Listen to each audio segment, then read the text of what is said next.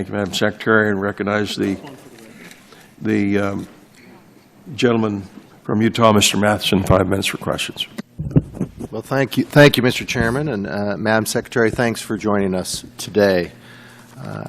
We've already had one hearing on the website before now. We're all aware of some of the challenges of the rollout.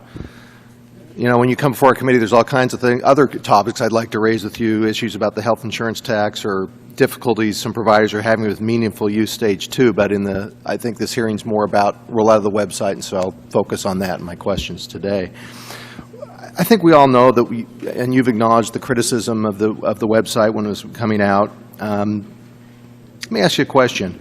As we go forward, have you developed sort of a master list of the issues that still need to be resolved, or the issues you're trying to anticipate as we move forward from today? We are doing that on an updated basis, yes, sir, both on the policy side and on the technology and user side. So that's not a static list. That's an evolving list as time goes on. You see other things. Okay. Is it possible for that list to be shared with the committee, or is that something we could see on this committee?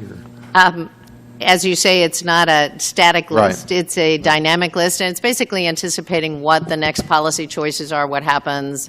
You know, we're happy to give the committee an outline, but I don't think there's any great secret to it. Okay. You know, I want to talk about some of the issues that address with the 834 form, where I know the error rate's been dropping and enrollment's increasing at the same time, so you kind of have these lines going in opposite directions, both favorable directions.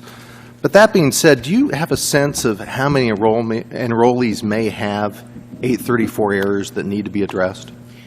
What I can tell you, Congressman, is we know in the early days there were serious number of errors, and we are in the process of actually hand matching individuals with insurance companies. They have added some important personnel to the tech team so that they are helping to identify where the bottlenecks were and fixes. We are seeing a vastly improved system, but we want to go back and make sure that everyone who thinks they are enrolled in the early days actually is matched with a company, and that the company folks are matched on our end, and that process is very much underway. And a lot of fixes have been added in October and November for the 834s. And in terms of that declining error rate, how do you calculate that? Is that an average of all the plans, or is that a snapshot of a subset as you go forward? How do you go about figuring that out? Well, it isn't really plans. It's looking at the site and determining the errors that occur along the way. So pages that came up, or people got locked out or dumped out or wouldn't accept an ID. And